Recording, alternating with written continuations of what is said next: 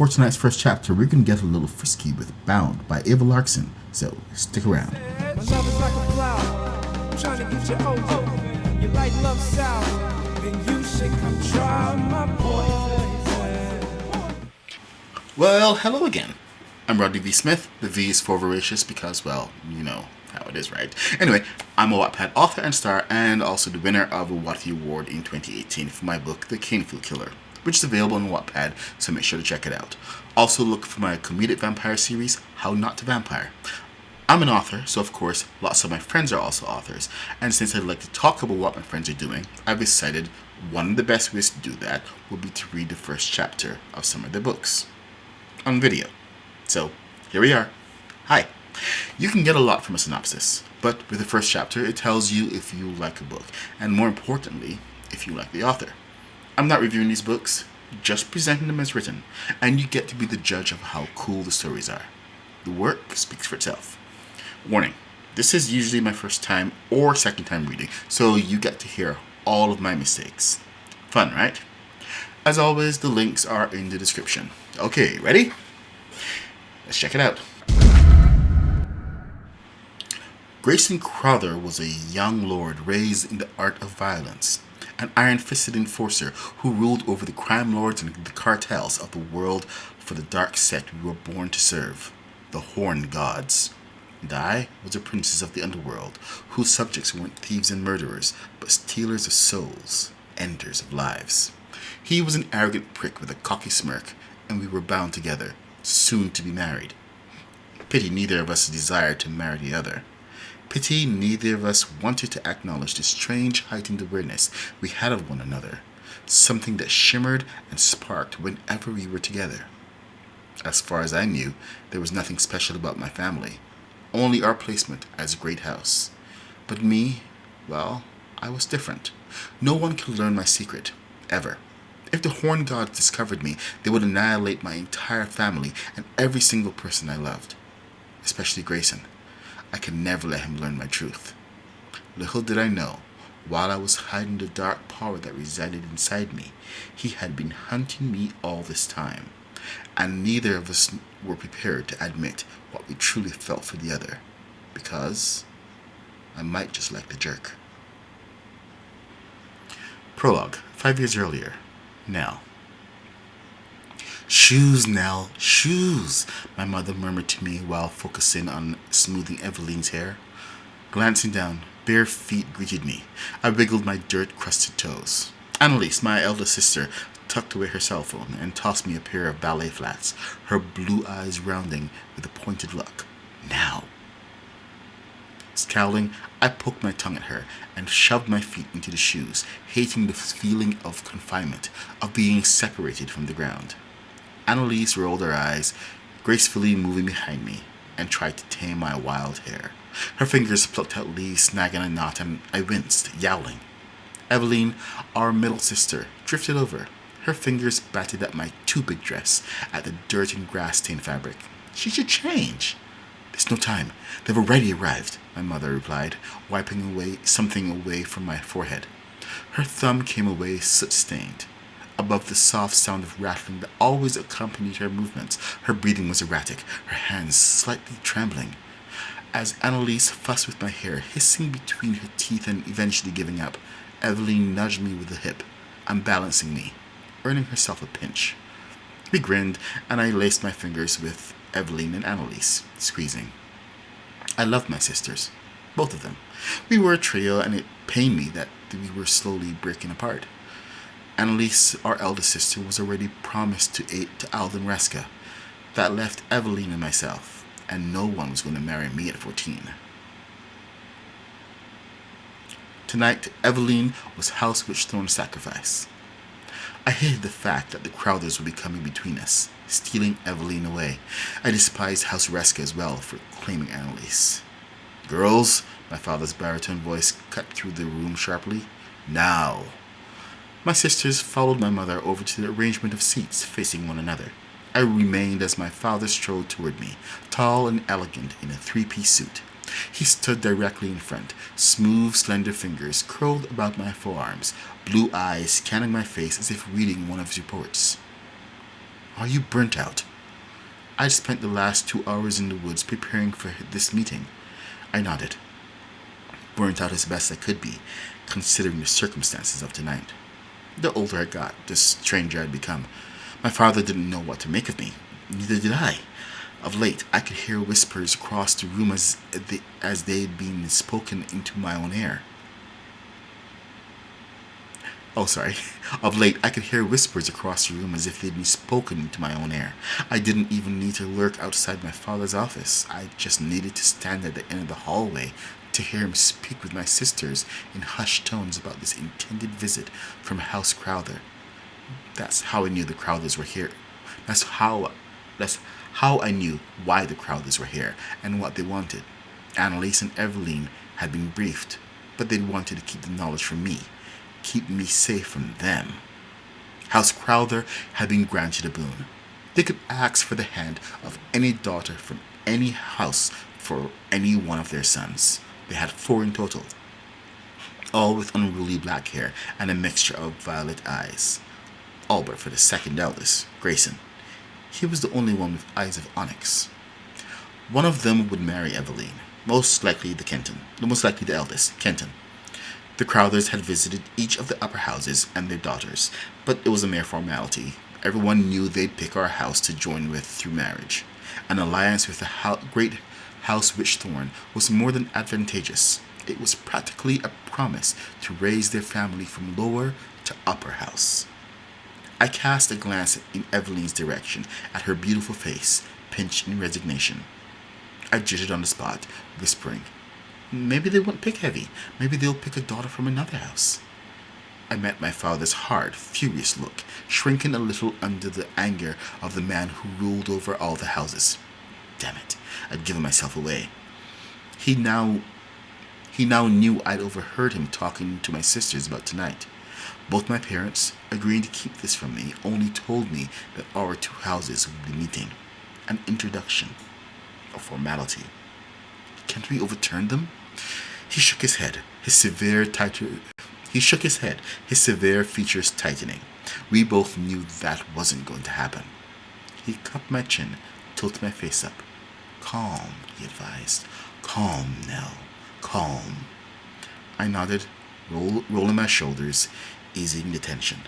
My wrist was bound with a necklace of beads, not glass, but made of a much stronger material, adamir. Freeing a loop long enough to slide through my fingers, I rubbed each bead between my thumb and middle finger, my own prayer. With each bead, each heartbeat, each breath, my mantra. My roots are deep. My strength is tone. My breath the wind. I bow to none. He led me over to my mother, giving her arm a reassuring squeeze, and took his place beside Eveline, nodding to the servant to allow the Crowthers to enter our domain. I didn't like the look and feel of the Crowthers as they strode in. There were a blot of darkness in our great room with its white marble-floored walls, our antique furniture adorned in silver and grey. They seemed made of night and shadows, sucking in the light of the room. The brothers ranged in age, from 15 to 21. There was something wild and untamed about them, at odds with their elegant suits and polished leather shoes. All of them were tattooed. The youngest brothers, not as much as Kenton or Graysen, ink creeping up their necks, patterned with the same coils and whorls, but individual and distinct from one another. The air in the light, spacious room was thick with tension. There were more guards than usual. The Crowthers were a lower house. Enforcers for House Novak, who oversaw the crime lords and syndicates for the Horned Gods. Even I'd heard the whispers about House Crowther, their strength and speed. They were deadly weapons and dealt in violence. Death was an art to them. I wasn't sure what the outcome would be, who would be standing between us, if they chose to strike. We stood in a row. Eveline's arm curled tightly around my father's. Annalise was next, then my mother and myself. Eveline would sit by my father. Their attention would be on him and on her, while Annalise and myself were purposely dressed in muted colors. Eveline was in resplendent burnt orange. At 17, she was breathtaking, tawny hair burnished with gold hung over one shoulder in a cascade of soft waves, and eyes the color of a sun-drenched ocean that lit up further with her smiles. We politely greeted one another, one by one. They bowed. We did not. Varen the patriarch was bigger and broader and more weathered than my father. My father exuded power, bending dangerous men to his will. Varen felt just as powerful, lethal in a different way. His twin sister, Valerie, had black hair streaked with gray, and her violet eyes bored through mine as if she wanted to empty my head of every single thought. My mother held her breath, a thin sheen of sweat coating her upper lip.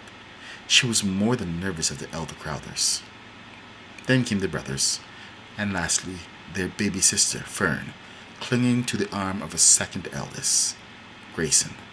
She was a few years younger than me, but I was short and slight for my age, so we were the same height. Like her brothers, her hair was an inky darkness. A great curtain swept across her forehead, covering one eye. Eyes I might have been able to see if not for delicate white lace strapped around her forehead, covering her sight. I stared unashamedly, unconsciously swaying my weight from foot to foot beside my mother. I realized halfway through Fern's conversation the other girl was mirroring my movements, not as exaggerated as my own, but I caught it. Fern lingered, longer than the time she'd spent talking to my father and sisters, but her entire focus, despite her small talk with my mother, was honed on me. I could feel her interest humming like a live wire. Her brother barely looked my way, and when he was forced to answer one of my mother's questions, he had a bored, flat tone.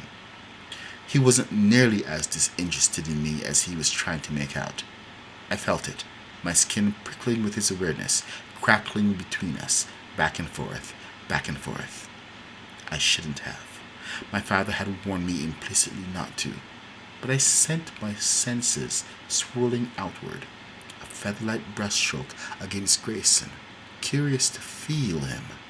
Sometimes, not always, I could feel an essence of the person, their soul, I suppose, like the sun on my skin, purity, a dry summer's heat, kindness and sincerity, a spring afternoon. Some I felt on my flesh like dappled moonlight on a crisp autumn morning, the sun half hidden behind wisps of clouds. But others, the worst kind, mostly the souls born into the houses that serve the horned gods, leached a bone-chilling coldness like twilight creeping on a wintry afternoon.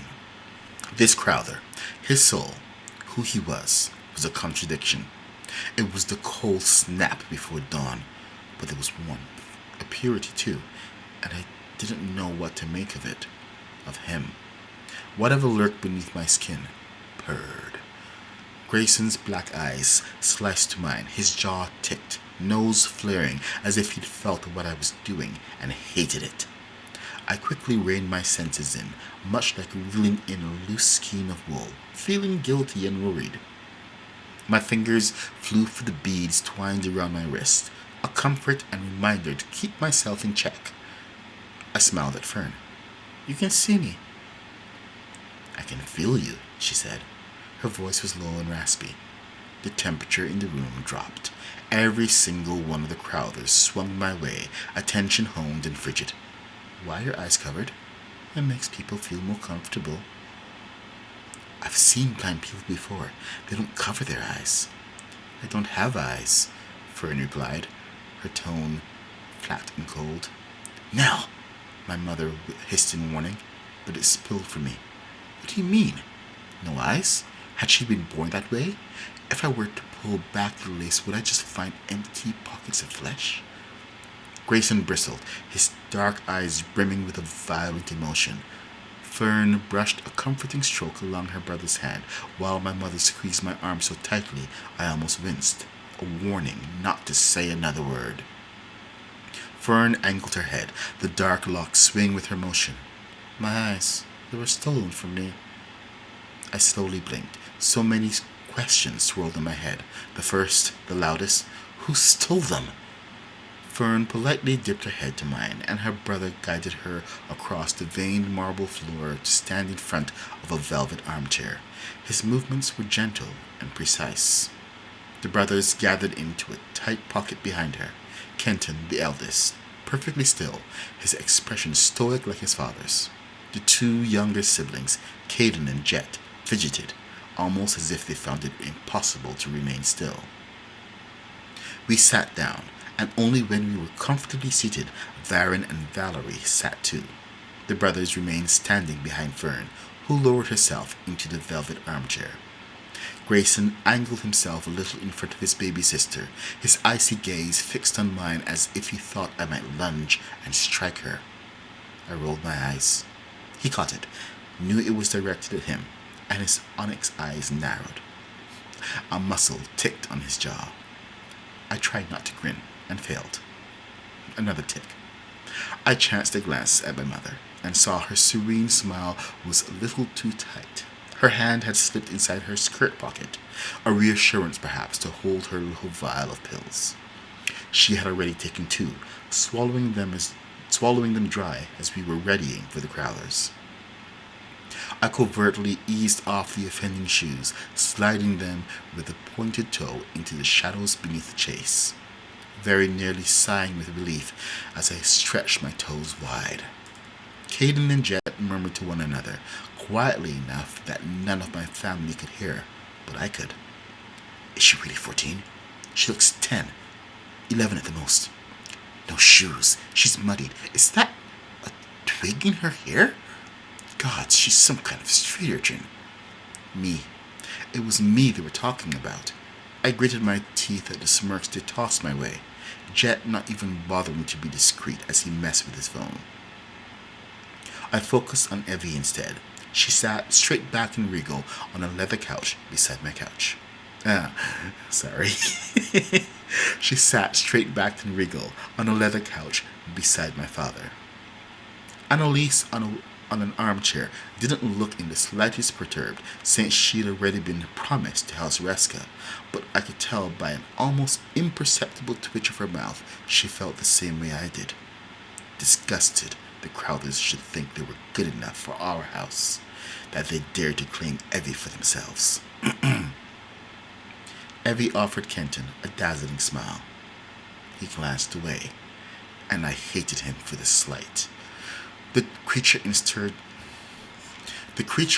me stirred with my spike of ire. I gripped the bead tightly. Calm, calm. My mother leaned close to whisper to me to leave, to go to the aviary. I rose, silently padding out, glad to be gone, not even a backward glance, even though I felt every single Crowther's attention slide to me, heavy on my retreating back. A sensation that had my skin crawling.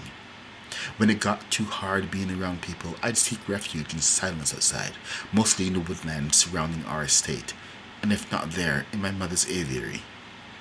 A rather grand affair, the aviary was a gigantic birdcage, 2 stories high, encompassing a small grove of stunted trees and shrubs. It was beautiful and peaceful, and I'd spent every morning here sitting beneath a tree or on a bench, an open book on my lap with birds flying overhead. But they'd never be free. They might feel the wind on their wingtips, but they'd never travel any further than 50 feet in either direction. Trapped. Sometimes that's how I felt. I settled down on the cool grass, digging my toes into the earth, turning dirt. Grounding. I needed grounding, and to disappear into the void of nothingness. I squirmed, assured I'd not be called back in until they'd left. I lay staring up at the night sky prickled with faint starlight.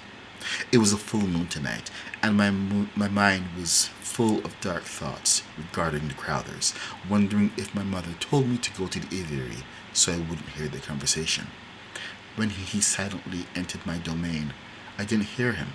I only felt my flesh prickling, the creature stirring beneath my skin before his shadow fell across me. Startled, I sat up quickly, scrambling to my feet. Graysen Crowther. My gaze narrowed on his tall figure, cut into a dark suit. Annoyed my personal space had been invaded. Darkness wrapped itself around him as if it welcomed him into its fold of shadows. He was 18, 19 perhaps. I couldn't remember. Handsome as all the Crowthers were. Sharply cut features, almost brutal if not for the supple line of his mouth. He sketched a shallow bow, straightening to stare at me as if he'd already judged me, as if he didn't like me. I glared back. He knew nothing about me.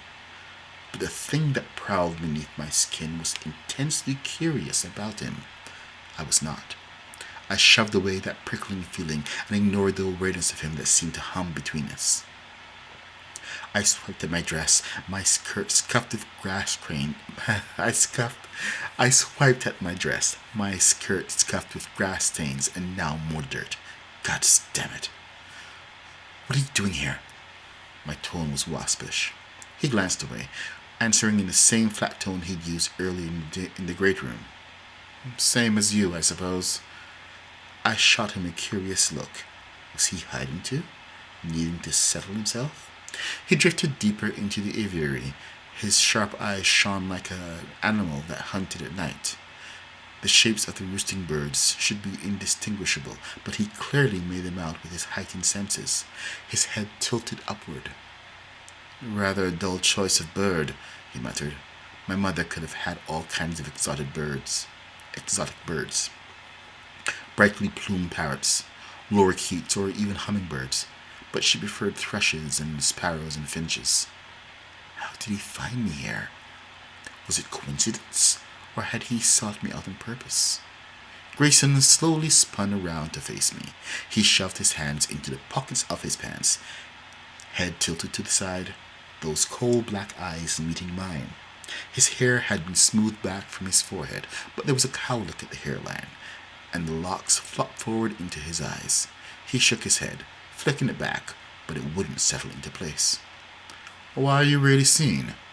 I tensed. I'd been purposely kept away from the other houses. Someone like me should have been handed over to the horned gods at birth, to keep me safe, to keep me from people like you. Instead, I just offered a shrug, as if I didn't know. Do they keep you caged, little bird? The name rankled. Don't call me that. The way his eyes lit up, I realized I had just done the worst thing possible. Inwardly, I groaned. Little bird. He rolled the name around in his mouth, tasting it, liking it. I folded my arms across my chest. If you're after Annalise, you're too late. She's in love with Aiden Reska. She's already promised to him. His brows slowly rose, perhaps because I'd been so forthright, but his tone remained flat and bored when he said, Your sister wants to marry that Reska asshole. Takes an asshole to recognize another, I muttered. He was surprised, and he actually seemed to like my bite, judging by the wolfish grin. Doesn't it just? He strolled closer. If we want that betrothal overturned, we will. I gasped, but my sister loved Alden Reska. He was all she talked about. Granted, it'd become a little tiresome to hear just how perfect he was. I had my own opinion of Alden ever since I'd seen his hungry gaze drift over the curve of Evie's ass, but I didn't want to admit to Graysen that I might agree with him. Pick another daughter, another house, I urged. He didn't smile, but there was a cruel amusement in his eyes as he slowly shook his head. I blew a frustrated breath out through one corner of my mouth, taking a sideways step. Which one of you is the betrothal? Which one of you is this betrothal for? I'd already decided on the eldest, Kenton, a respectable choice. Betrothal? He frowned, speaking the word as if he didn't recognize it. Kenton, I pressed. It's only right that eldest should marry Eveline. Marriage? I'd confused him for some reason. Marriage, he repeated, tasting the word like he had with little bird. He shot me an odd look and drifted over to a birch, scratching a fingernail against the papery bark. It doesn't matter which of my brothers is chosen, only which one of you we choose. Of course. It made perfect sense to join by marriage to House Witchthorn. We were, after all, their rulers. Even with Annalise's promise to Lord Asshole, there's still two daughters to choose between. Oh, I'm sorry, that was him. Even with Annalise's promise to Lord Asshole, there's still two daughters to choose between. Two? I interrupted, shock creasing the lines of my face. Two daughters. Cold fear settled into my stomach. Why hadn't I considered the possibility that I might be desired? But I'm 14. It spilled from my lips, rather wobbly sounding, just like the child I was. He turned back to me, a brow raised. No one is going to marry you at 14, he drawled. For a fleeting moment, relief flooded through me until he added, They'll wait until you're a little older. We circled one another, confined by the wrought iron birdcage. Grass gently rustled beneath my feet as I stalked, keeping a safe distance from him, while there was a predatory gracefulness to his stride. His raven black hair and eyes, features carved in shadows. His raven black hair and eyes, features carved in shadow. No one should be able to read him in this darkness, but I could. He despised me. Still, it didn't make any sense why anyone wouldn't want my beautiful, charming sister, but my sister. He cocked his head to the side, a bird-like movement, those thick black brows nudging closer. Why would we want Eveline? I scoffed, rolling my eyes at his idiocy. Are you stupid? Of course everyone wants my sister. She was as sweet as she was beautiful, kind and considerate. When we were curled up on my bed, eating popcorn and watching a movie, Annalise would tease her about all the boys from the houses who noticed her. She's a simpleton with no backbone and utterly worthless. I sucked in a sharp breath, stilling, my eyes flaring wide. How dare he insult my sister? Anger seethed as something inside me uncoiled and slithered along my bones.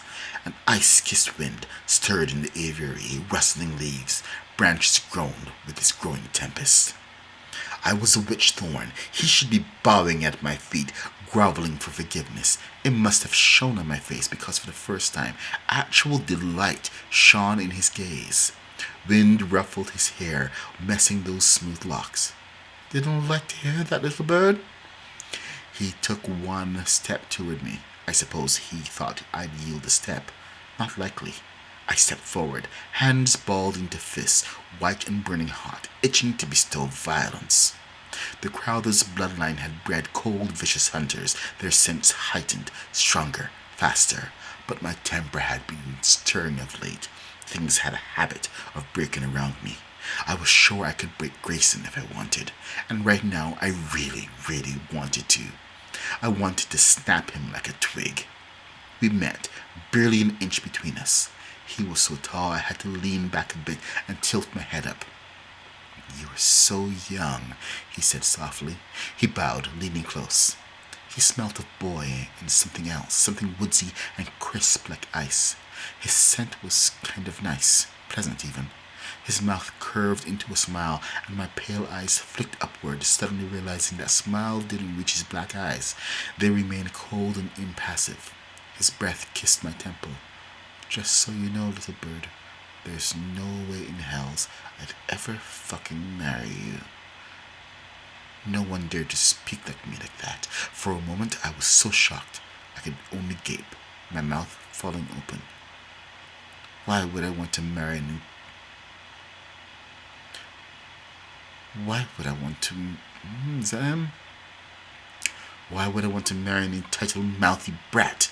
His disparaging scowl took in my scrawny frame from the top of my wild, untamed hair to my dirty toes. God, you look like you've been dragged out of the woods, kicking and screaming. I rolled away, only to spin back. What makes you think I'd want to marry a lowly Crowther? You are no good for anything but mopping up messes. This was something I'd overheard my mother say to my father when I shouldn't have been listening into their private conversation. My father hadn't agreed, but at the same time, he hadn't disputed it either. A lower house? Lowly foot soldiers? He ground out. Are we deemed so lesser, so unworthy of the great and mighty witch thorns? Another step closer. We bleed for your house, Wishthorn. It is our blood that spills, so yours does not. Standing there, quivering, my hands balled into fists, I snarled, "Oh, go shove a knitting needle up your whiny ass." And then I added something that started with mother and ended with cur. We were toe to toe, glaring. I thought he might be so angry he'd have smacked me. My mother sure as hells would have. Except Graysen didn't. He slowly leaned back, his tight features softening. Then a sound came out from him that I just did not expect. A whispery huff of laughter. It only provoked that wind to whip faster. I tipped my chin at him, mouth parting cruelly to hurl something else, my finger jabbing his way, the movement jerky.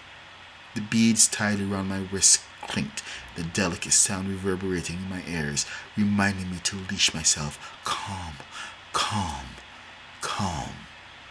That wind died. My mother's voice cut through the tension. "Nell?" Both of us jerked apart, spinning around to face my mother. She stood just inside the aviary, darting a concerned look back and forth between us. "You're both needed inside." Graysen dipped his head, barely an acknowledgement. He spun on his heel and strode off. My mother didn't say anything. Her shoulders were a stiff line. Her hand in her pocket, no doubt gripping those pills. She watched Graysen retreat.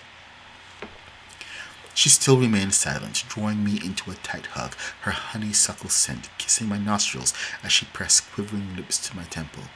Why was she worried? As soon as my mother led me inside, down the twisting hallways toward my father's office, I knew why we'd both been sent for. Stupid, stupid me. The door swung open and I stepped inside, my heart pounding in my ears.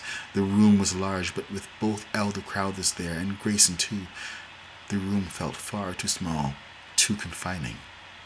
My mother gestured to a leather couch where Graysen sat, leaning forward, his elbows resting on his knees, his hands fiddling with something. I watched that jaw tick as I sat down beside him, making sure there was plenty of space between us. Valerie stood beside her brother, hands clasped before her, listening to Varen and my parents. They had gathered around my father's desk, a parchment spread across the glass. When Varen stabbed a finger on the parchment, biting out, 18 years old, my stomach sank. It was true then. I gave Graysen a sideways look, cocking an eyebrow, and he'd sworn he would never marry me. If I hadn't been so terrified, I might have mocked his earlier declaration. He glared at me like I was a bug he wished he could squish beneath his expensive leather shoes. "It's too young," my mother appealed, glancing at me. Fear creased her forehead. 18, Varen stated once more. I had a feeling they'd been arguing about this for a while now. 25, ground out my father. 20, Valerie spoke firmly. And at 19, they'll get to know one another. My father went to reply when Varen held up a hand to stop him. He dragged in a tiresome sigh through a nose that looked like it had been broken several times. 20. But the way his jaw sawed, he was furious he had to give that much. Or I'll take her right this moment. My father's shoulders slumped, the first time this great ruler showed defeat. It stole my breath. He nodded once, a jerky motion. He leaned over the parchment and amended it with black ink and a quill. Our world held to tradition tightly. No modern-day pens for these types of transactions. Always quills and ink. My father turned back to us, strength returning to his form. "Now, Graysen, come here." We rose as one from the couch. Graysen allowed me to go first, following closely as we joined our fathers. Mine had something in his hand. His fingers waved for me to hold my hand out. I did, placing them into his. His hand was warm, while mine was cold. He turned my hand over so the back of my hand rested against his palm. My eyes cut to his. He held my gaze. An apology, a desperate need for forgiveness swirling in his blue eyes. and then something pierced my thumb. A knife. The blade sliced a thin line across my thumb pad, the flesh stinging. He held my hand over an inkwell, the beads of blood splattering into the glass. My mother pressed a quill into my other hand, gesturing toward a parchment spread across his desk. What was it? This is a marriage contract. And now Varak. Varen cut in, a sharp look at my father. My mother said it softly, a slight hitch in the way she spoke. Promising you to Graysen Crowther. I stared at the parchment, all those words cutting across its width. I had to sign my name in my own blood. Graysen paused, and for once that impassive, bored face was furious. For one reckless, hopeful moment, I thought he'd toss the quill down and refuse. Do it, do it, do it, because I was too weak to go against my father. That jaw ticked again, his lips thinning. He canted forward, signed his name, his blood a neat scratch against the parchment. My signature was wild and wide. My father's smooth fingers dug into the ornate silver urn that sat on the mantel behind his desk. He blew the substance onto the contract. It was the bones of our ancestors, ground to dust. The elder Crowther must have brought a pinch with him from their ancestral home, as a swirl of fine bone settled over our own like fine frost. For the first time, Graysen and I shared a look, both of us reflecting the other in horror. I felt it then, and I was sure he did too. It was the magic of the horned gods weaving around us like filament. A rattling noise erupted inside my head, grinding against my bones, a turning of iron teeth, a clicking and grating, a lock sliding with heavy finality into place. It was done. We were bound to one another. There was no way out of this but death. My future husband didn't bother looking directly into my eyes as he cut a curt bow, stalking behind his father and aunt to slam the door behind him as they left. I was still in shock. I think we all were. My parents had vainly hoped Varen might not choose one of their daughters, and certainly not me. But why should Evelyn be sacrificed to keep me out of their clutches? Anger burned brightly. My father was a witchthorn, a king amongst the houses, perhaps not entitled, but certainly in the lofty placement of our house. We were it, the highest you could rise in serving the horned gods, the great house Witchthorn. He could have demanded that Master Cyril overturned this ridiculous boon, and at 20, I'd be forced to marry that egotistical brat from a house that dealt in death. You could have stopped them. A wind that had no right to be there in the office swirled around me, ruffling my skirt, twirling locks of my pale hair. No, my father murmured, his tone at once soothing and commanding. Calm. Calm? Calm? How could anyone be calm about this? I had been bartered and sold like chattel. The creature unfurled, raging with my anger, snapping and snarling. Let go, let go, let me go, let me go. Anger surged and I unleashed it. My mother took several nervous steps back. My father reached for me. I screamed. I screamed because they couldn't go against the horned gods, Master Cyril, the Crowthers. I screamed because they had given me away to that sullen boy and made me sign a contract that now wrapped itself around me with iron teeth. One moment the desk was there, separating us from one another.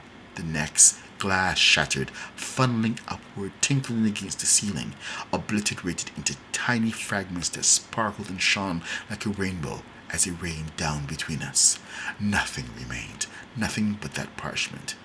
Even my wild power couldn't overturn that. I stumbled back, my breath a wet rasp, the back of my knees catching on the couch. I fell onto the soft seat, bursting into hysterical laughter. My parents exchanged a look, a whisper, which of course I heard but was too busy with my own selfish thoughts. I couldn't get out. I couldn't free myself. I was a bird trapped in an aviary. My laughter died as fear swept through me. My hands clench and unclench, and my knuckles brushed against something. I glanced down, frowning to find something in the space that Graysen had left behind, nestled on the soft leather material. I plucked it carefully between pinched fingers. It fitted perfectly into the cup of my palm, small, delicate, crafted with neat, precise folds of paper torn from a book. A creature with wings spanned wide, ready for flight. Graysen Crowther had left me a gift, a tiny paper bird.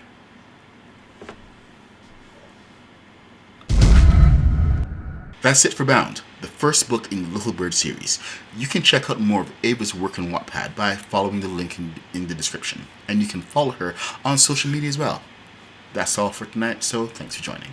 Don't forget to click the like button down there and subscribe if you want to listen to me read some more first chapters. I try to update 5 days a week, and there's always something new to find. Happy reading!